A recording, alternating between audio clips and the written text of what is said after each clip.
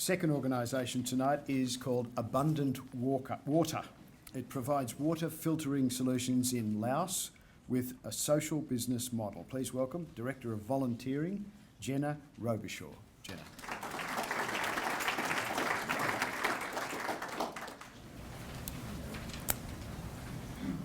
What do you think the largest discretionary spend is for a family living in rural Laos? It's water. Access to clean drinking water is a major challenge in rural Laos, and it has significant impact on people's health and lives. Lack of access to clean drinking water results in endemic health problems, with 30% of the population suffering from waterborne disease. How productive would you be if you were regularly suffering from gastro? What would you give to keep your children healthy and in school? Waterborne disease in Laos is responsible for 1/3 of undernutrition cases and 1 in 10 deaths among children under the age of 5. Abundant Water is a Canberra NGO that is working with people, communities, and local organizations in Laos to bring access to clean drinking water to their community. Abundant Water uses this: some clay, coffee grounds, and PVC pipe to change people's lives. Research at ANU showed that this type of simple clay pot water filter could remove up to 99% of bacteria that is making people sick in water every day. Abundant Water saw the potential, and we've been working ever since, hand in hand with people and communities and organizations to help them bring access to clean drinking water to their community. This filter changes lives, and it starts at our workshop in Vientiane. New Com is our kiln master. She is also a polio survivor. She was no longer considered fit for traditional work in her village. Her neighbor was a potter, and New Com was inspired by her work. But her husband said, "No, you're too weak to work. You should stay at home with the children." New Com said, "I can, and I must." And she did. New Com was a founding member of the Abundant Water team, and she has progressed from helping to build and test the filters in the workshop to mentoring and training other people in the Abundant Water team. This filter has helped to change New Com's life, and now she is helping to change the lives of others. When the filters leave the workshop, they travel with members of the Abundant Water team and our local partner organizations to rural villages, where we deliver water, sanitation, and hygiene education in schools and communities. The education helps lay the foundation so that when the filter technology is introduced, it can have the most impact. It also helps us to identify vendors for our social business program and lays the first brick in the foundation to help them build their business. The filter then forms part of that vocational education and training.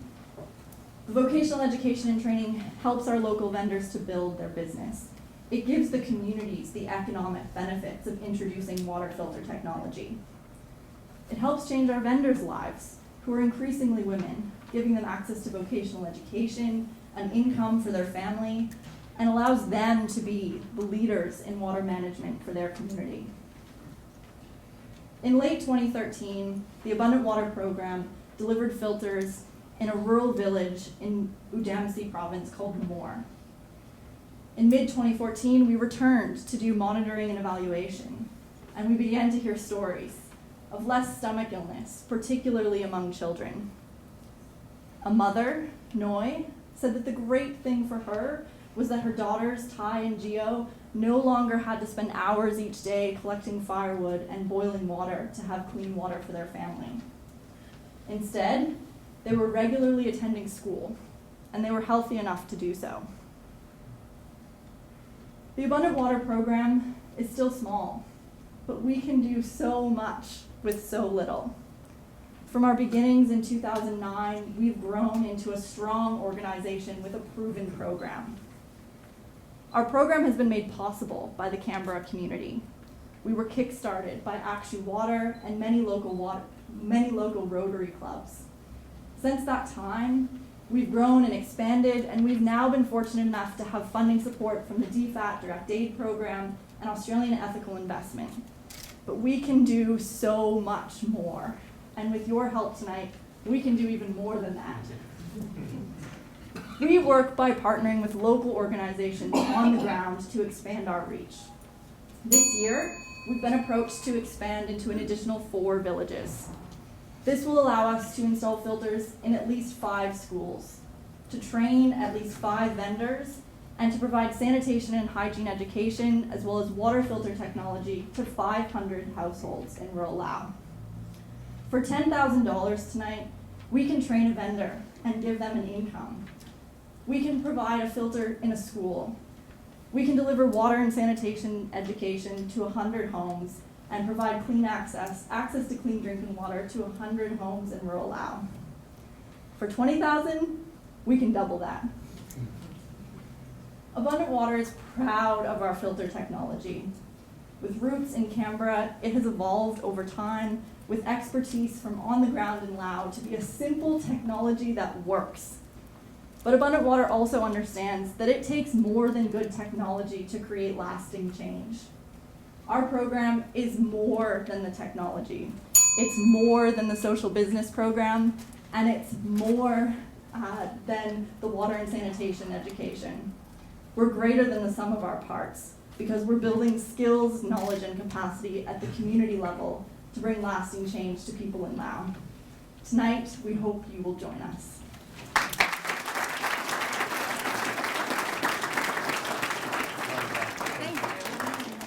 Oh, wonderful. Questions for Jenna, ladies and gentlemen? We've got some. Can you explain how it works? Yeah, sure.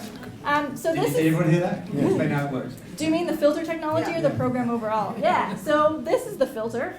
It's clay, and we get coffee grounds donated from a local coffee shop in Vientiane, and those get put into the clay and fired in the kiln at a very particular temperature so that it doesn't become totally solid like glass, and instead it just burns out the coffee grounds, creating pores in this clay that are small enough for to prevent bacteria from getting through, but big enough that H2O can get through. So this has a flow rate of about 50 liters a day, so that brings access to 50 liters for that household through this filter technology. And this was proven to be effective by research at ANU. Cool. Yeah. That's great. Well explained. Even I understood that. I'm a real science idiot. Questions, ladies and gentlemen? Yes, ma'am, up there. Oh, sorry, you got one there first? Sorry. Yep, sorry. It's just a quick follow-up question. How long does each filter last, and is it an ongoing cost, or how does that fit into your model? Sure. So originally, to purchase a filter, it's $30 for the whole system, which is this as the filter technology, a bucket that goes on the top, and then a clean receptacle at the bottom for the clean water to go into. So that's $30 to start with. And then just the filter needs to be replaced every 2 years, and that's $7 to replace this. Cool. You, sir? Congratulations to Abundant Water on such an innovative idea. Just wanted to get an idea of how you monitor the impact and reach in the community. Sure. So we do regular monitor and evaluation training. So we don't go in and deliver the program and then never go back to see how it's gone. We're all about continuous improvement and learning from what we've done previously to continue to improve as we go. So we do monitoring and evaluation surveys in as many of the villages as we possibly can to ensure that what we're doing is working effectively, and to learn how we can better do it in other communities. Yes. Thanks, sir. Yep. Now, can this be marketed internationally? There are CKDU, chronic kidney disease patients in Sri Lanka as well as in the Vietnam and places like that. And can this be sort of, would that take, instead of a reverse osmosis machine, can that be used? So this is a question we get quite a lot, and one of the key principles of what we're doing is that we want this to be open source. We want to share this knowledge with as many people as we can. So at the moment, we're doing a pilot program in Nepal. We've also done some knowledge sharing with some communities in Africa and had some recognition around those types of exercises. I think something that's important to keep in mind is that when you're talking about development issues, there's no such thing as a one-size-fits-all model. You know, it's about more than the technology. So it's also about understanding the local context and how you can implement something like this effectively. So in Nepal, we've learned that the exact same model from Laos won't work, that the social business aspect is much more important. And so we're working to amend the model to fit the local context, and we hope we'll be able to continue to do that in as many places as we can impact as we move forward. Further questions, ladies? Yes, over here, Tom, sorry. Jenna, you mentioned social business. Is that microfinance or what shape is it? No, so for us, social business is more about instilling through the education program with our vendors to help them understand their business model, to build demand in their communities, so that Abundant Water can change that relationship over time to be one of dependence, so that those programs can last long beyond when Abundant Water is actively working in those communities. Cool. Yes, right. Tommy, right down the front. Sorry. Yep. Does that also mean that part of the setup phase is finding a local pottery that can make filters? So all of our filters are made at our workshop in Vientiane, and part of the development has been to build a filter that can be easily transported and that also won't be subject to breaking on long, tumultuous bus rides through rural Laos. So building the filters and making the filters happens at our workshop in Vientiane, and then they are transported by the vendors or by us to the local communities. Would that be transferable to another country? So, for example, with our work in Nepal, what we found is that there's already filters there that were quite suited, and the issue they were having was actually in distribution and building that demand and accessing those markets. So as we're moving into Nepal, we've had to change our model a little bit to accommodate for that. And so in Nepal, building the filters and having the workshop isn't as important, but the Abundant Water social business aspect has been incredibly important. One more question, ladies and gentlemen. Sorry. Oh, lots. Pick one, Tommy. I'm happy to talk to people after.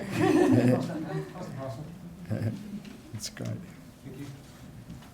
Hi Jenna, with the program, do you only focus on water, sanitation and education, or do you build the program around food safety and health programs? So I'm sure, as you know, they're all intertwined. It's hard to separate one from the other. So one of the things that we found, and part of why we've introduced the water and sanitation education, is that families were spending hundreds of dollars, which was a massive amount of their income, on buying bottled water. But then when they were using that to cook, they were using dirty utensils or cooking in a pot that was no longer clean. So when delivering that water, sanitation, and hygiene education, you need to take all of those factors into account.